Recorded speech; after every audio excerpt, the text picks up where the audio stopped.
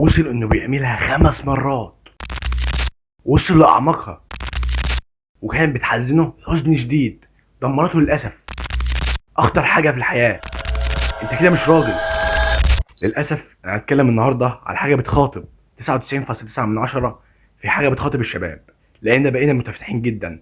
هنتكلم على موضوع العاده السريه، ومعانا قصه شاب واجه الخصم القوي ده، وهنتكلم على كل مرحله في حياته لحد ما وصل انه يبطلها. اهلا بيك في قصه محمود مع العاده السريه. ما تنسوش تعليقاتكم الايجابيه ويلا نبدا. محمود كان طفل عادي جدا، ساكت دايما، ما بيتكلمش كتير، ووشه دايما محمر من اقل حاجه. يعني شخص خجول جدا. كان عنده 14 سنه في مدرسه حكوميه في حي هادي وسط عيله مشغوله. الاب دايما في الشغل والام دايما تعبانه، وما عندوش اخوات كبار يوجهوه صح ويعلموه من خبرتهم. في يوم من الايام بيقلب في قنوات التلفزيون، عينه وقعت على مشهد غريب، مشهد خلى قلبه يدق بسرعه، وده في مرحله مراهقه يعني بلغ، وهو مش فاهم ايه اللي حصل، بس احساس بيراوده. ومن ساعتها فضوله اشتغل وما عادش زي الاول. محمود فضل كل يوم متوتر، كل ما يحاول ينام يفكر في المشهد اللي كان في التلفزيون. وفي ليله دخل الحمام وعملها للاسف من غير ما يعرف اسمها ومن غير ما يفهم هو بيعمل ايه اصلا. بس الاحساس خد عقله لاول مره، يحس انه طاير فوق السحاب. بس بعد الطيران ده بينزل في حفره سودة. جاله تأنيب ضمير وخوف وحس انه عمل مصيبه. بعد اول مره عملها محمود بقت الفكرة دي مش بتفارق دماغه، بقى كل شوية يفكر في اللحظة دي. بدأ يدور على النت ويفتح مواقع، وأكيد ما راحش بنفسه، دي بصحبة سيئة برضه. وبدأ يشوف حاجات أكبر من سنه بكتير. العالم ده كان مرعب بس هو كان مبهور. في المدرسة كان في كلام بيدور ما بين الطلبة، كلام مكسوفين يقولوه بس مليان فضول، وكلهم بيتكلموا عن نفس الحاجة. بس محمود فضل ساكت وهو جواه صراخ: هو أنا كده وحش ولا هما بيعملوها عادي؟ هو أنا لوحدي؟ الأيام عدت ومحمود بقى يزوغ من المذاكرة ويقفل الباب ويسيب نفسه. جت بالتدريج، كانت كل يوم مرة وبعدها مرتين، والوقت بيجري والذنب بيتراكم، بس هو بيقنع نفسه انه لسه صغير ولما يكبر هيبطلها، وده اكبر كذبة خلقها وبتدمره كل يوم. في يوم من الايام شاف نفسه في المراية، كان تعبان وعينه محمرة ووشه شاحب. انا مالي؟ انا كنت نشيط، كنت بحب اقرا، بحب اتكلم، انا بقيت شبه ميت. بس للاسف بدل ما يواجه رجع لنفس الدايرة تاني، لان العادة في الوقت ده كانت المسكن الوحيد اللي بيهرب بيه من الوحدة والضغط والخوف. وهنا كانت البداية الحقيقية للغرق، لان محمود ما كانش فاهم ايه اللي بيحصل. دي مش لحظه متعه، دي كانت البدايه لسلسله طويله من التعلق والادمان والمشاكل. بس محدش حذره ومحدش فهمه، زي ما عرفتكم الاب والام مشغولين وما عندوش اخوات كبار يفهموه، وهو نفسه ما كانش بيصدق ان العاده دي ممكن تبقى سبب انهيار حياته بعد كده. محمود بقى عنده 16 سنه، عدى على ادمان العاده السريه سنتين، بس هو شايف الامر سهل، عادي عادي، ان طبيعي، كل اصحابي بيتفرجوا وانا مش مدمن ولا حاجه. بس الحقيقه هو ما كانش طبيعي، كان بيستسهل وبيعافر عشان يهرب من وجع تاني، بس ما كانش عايز يعترف. رمضان جه، كان بيصلي التراويح ويقرا قران، بس اول ما الليل يجي يرجع لنفس الدايره ويبكي، وبعدها يقول يا رب انا مش قادر ابطل بس مش هعملها تاني، اوعدك. والليله اللي بعدها يعملها ويبكي ويوعد تاني، واللي بكى هنا مش البكاء اللي من العين، دي بكى القلب، دواير من الندم بس من غير اي نيه حقيقيه للتغيير. واللي اغلبه كده، الليل بقى عدو محمود. كل ما يقفل الباب يبدا الفيلم، مش بس فيلم على الشاشه، ده فيلم في دماغه. مخه بقى حافظ سيناريوهات كامله ويفكر في التفاصيل. وفي وسط ده كله كان حاسس بضعف وقهر، بس اللي يقهر اكتر ان مفيش حد عارف عنه حاجه. مخه بقى محامي شيطان، كل مره كان بيحاول يبطل يلاقي صوته الداخلي بيقول له طب مش انت لوحدك، كلها دقايق وتروق، ايه يعني يعملها اخر مره؟ مين اللي قال انها غلط اصلا؟ دي مفيده على فكره. وكأن جواه صوت بيقنعه يفضل في السجن اللي هو فيه، والضمير بيعمل اكس على الحاجه دي. بس دلوقتي بقى بيعملها وينام، والضمير بدأ ينام معاه، وهو بدأ يتعود كمان. وطبيعه الانسان ان اي حاجه بيتعود عليها بنفقد حساسيتنا تجاهها. وبقى محمود بيعيش من غير احساس. محمود مسك اول موبايل ليه لما كان عنده 17 سنه، ومن اللحظه دي الدنيا اتغيرت. ما بقاش يحتاج يدور، كل حاجه بقت في ايده، مواقع، صور، فيديوهات، مواقع بالمئات. بقى يدخل يشوف الفيديو ويروح يعملها للاسف، والموضوع كبر معاه وبيندم ندم كبير جدا، ويقول هي دي اخر مره، بكره همسح كل حاجه. وبيصحى تاني يوم ويعمل نفس الحاجه اللي فاتت. محمود كان دايما بيقول لنفسه انا مش زي الناس اللي بتشرب مخدرات، دي عاده بسيطه وانا بتحكم فيها. بس الحقيقه انه كان بيكذب على نفسه، لان الادمان مش بس مخدرات وسجاير، الادمان الحقيقي هو انك مش قادر تقول لا، وهو مش قادر يقول لا. على فكره يا صديقي، محمود كان فاكر انه حر، بس الحقيقه انه كان مربوط بخيوط دقيقه غير مرئيه. كل خيط منهم كان بيتشد اكتر كل ما يعمل العاده، وكل خيط من الخيوط كان بيبعده اكتر واكتر عن نفسه الحقيقيه. هو لسه مش مدرك ان كل يوم بيمر بيخسر حاجات مش هيرجع يعوضها تاني. محمود بقى عنده 19 سنه، بقاله 5 سنين تقريبا في الموضوع ده، بس الفرق دلوقتي انه مبقاش يعمل العاده مره ولا اتنين، بقى بيعملها 4 أو 5 مرات في اليوم، ولما بيحاول يبعد عنها بيجيله اعراض انسحابيه لانه بقى مدمن بروماكس. خلاص الاعراض ان جسمه بيتعب ومخه بيزن وبقى بيصحى عايز يعملها وينام وهو حاسس بالذنب. والدوامه دي بدات تاكل كل حاجه ومش قادر يقوم من السرير، والمذاكره بقت حمل كبير عليه، والصلاه بيأجلها، والرياضه نساها. العيله مش طايق يسمع صوتهم، كل حاجه بقت بارده، هو نفسه بقى بارد. هو مش شايف كده بس الناس هي اللي شايفه. محمود كان من الاوائل وكان متفوق، بس دلوقتي بينجح بالعافيه، وبيحس انه غبي مش عارف يحفظ حاجه ومش عارف يركز، ومخه دايما شارد. واكتر حاجه بيهرب بيها من الحاجات دي هي العاده. مع الوقت بدأ يحس بتعب في جسمه، صداع مستمر وضعف في النظر ورعشة خفيفة في ايده وتنهيدة تقيلة كل شوية من غير سبب، وكأن جسمه بيصرخ بيقول له كفاية، بس هو مش سامع. اصحابه بيكلموه مش بيرد، العيلة بتنده عليه مش مهتم ليهم، وبيخرج نادرا وبيقعد مع نفسه دايما.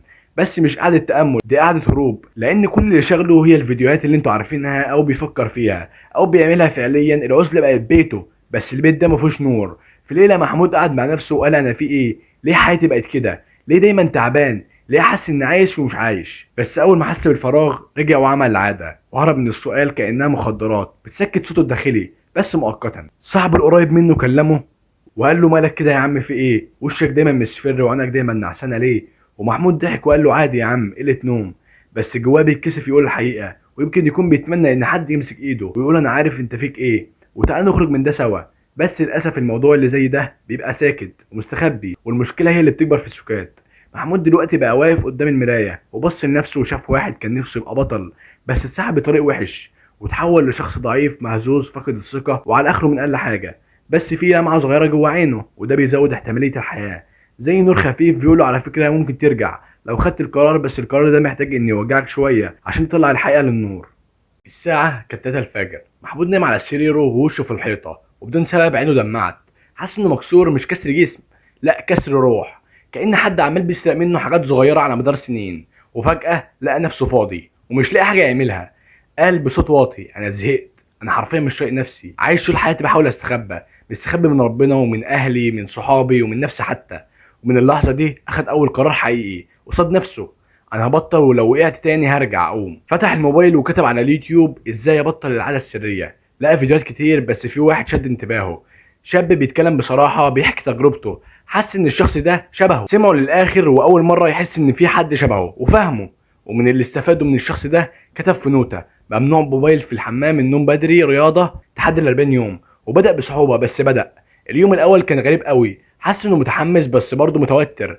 تاني يوم مشتاق ليها، تالت يوم جسده بدأ يزن، رابع يوم حلم أحلام مش كويسة وده بسبب الاحتلام، في فاضي من رمز رجولته فبيطلعها بصورة حلال. خامس يوم وقع بس المرة دي مختلف، ما بقاش يقول أنا مش قدها وييأس، ولكن كمل في مسيرته، قال أنا وقعت بس هرجع، وده الفرق اللي غير كل حاجة في حياته. بص في المراية وقال أنا لسه جوه السكة، أنا مش هبقى بعد كده عبد للشهوة، أنا إنسان عادي عندي عقل وعندي قلب وعندي طموح. وكتب في ورقة كبيرة أنا أقوى من العادة، أنا مش جسد بس انا روح، وحطها على الحيطه فوق السرير. كل يوم يصحى يشوفها وكل يوم قبل ما ينام يراجع نفسه. بدا يصحى بدري ويجري في الشارع ويسمع قران الصبح، يتوضى ويصلي، ياخد دش بارد ويذاكر ساعه قبل المدرسه، يسجل كل يوم في النوتة اليوم رقم كذا من التعدي، وبيكافئ نفسه على تخطي المهام.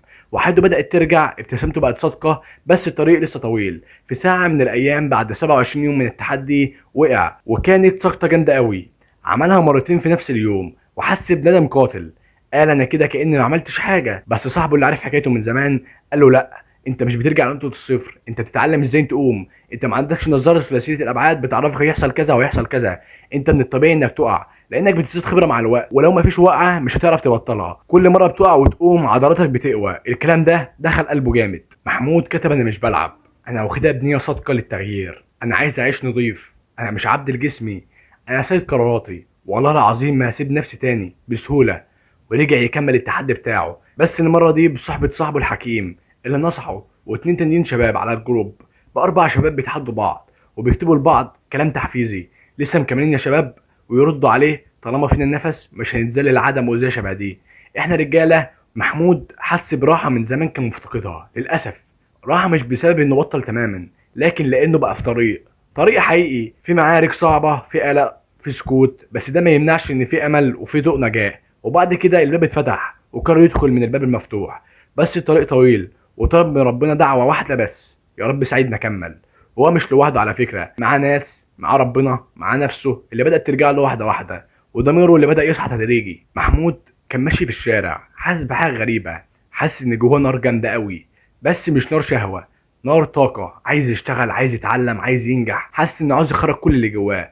قال لنفسه كنت زمان بدفن نفسي بايديا، بس دلوقتي هطلع طاقتي دي في شغل، في رياضة، في تعلم حاجة جديدة. ومن اللحظة دي بدأ التحول الحقيقي. قرأ محمود عن حاجة اسمها ترانسموتيشن، يعني تحول الطاقة الجنسية لطاقة إبداع. فضل يقرأ في كتب نابليون هيل وسمع فيديوهات كتير عن الموضوع ده، واكتشف إن اللي بيعمله ده مش بس تعافي، دي ترقية، ترقية نفسية وروحية وذهنية. بدأ يكتب في كشكول الطاقة بيساوي تركيز، الرغبة بتساوي تحفيز، الشهوة بيساوي قوة، بس لازم أوجهها صح. وبدأ يلاحظ إن أول ما بيبعد عن العادة بيبقى فايق ومخه شغال صح وحماسه بيزيد وحاسس برغبة في الحياة، لأن العادة دي بتبني اليأس في قلبك. وبيقول أنا أول مرة أحس إن حي وعندي روح. في يوم من الأيام كان زهقان، زمان كان بيفتح موقع مش كويس، ومع ذلك دلوقتي فتح قناة تعليمية، اتفرج على وثائقي عن الدماغ، اتفرج على فيديو عن العادات، وفضل يتفرج ويسجل نقط في النوتة. هي زادت خبرة في حياته، حس انه بيتعلم، والمخ اللي كان مشغول بصور تافهة بقى بيشتغل في حاجات عميقة. وقال انا حولت دماغي من مكب زبالة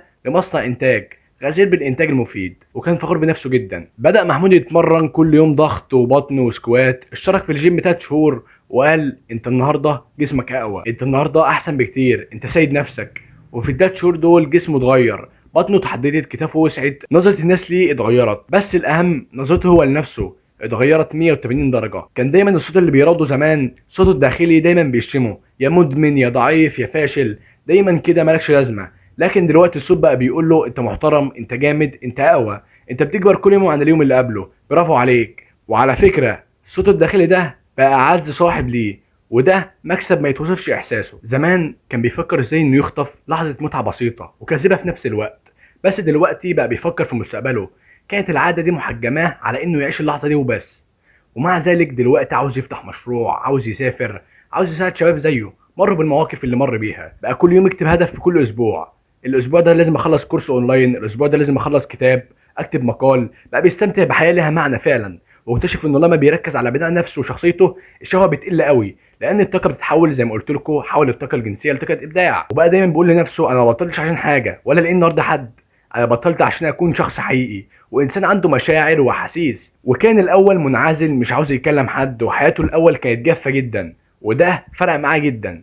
واحد صاحبه كان بيعاني بنفس تجربته، شاف محمود اتغير، ساله انت عملت ايه، حكى له تجربته واداله خطه من اللي جربهم عشان يسهل له الطريق. وصاحبه اتغير فعلا عشان كان صادق مع نفسه. فجاه محمود بقى ملهم، بقى مثال للناس، وده حس انه ما عداش بالقلم ده على الفاضي، وحس فعلا ان له رساله في الحياه ولازم يقوم بدوره ويساعد الناس. محمود كان قاعد لوحده مستمتع بحياته الهاديه الجميله وبيشرب كوبايه شاي، وبص لنفسه في المرايه وشاف راجل مش ولد، شاف بني ادم واعي نضيف صادق مع نفسه. وقال انا مش زي زمان، انا بديت نفسي من اول وجديد، واللي جاي اعظم بكتير. محمود صحى قبل الفجر بدون منبه وفتح عينه وقال ياه انا صاحي ومش تعبان، زمان كنت بقوم محطم من جوايا.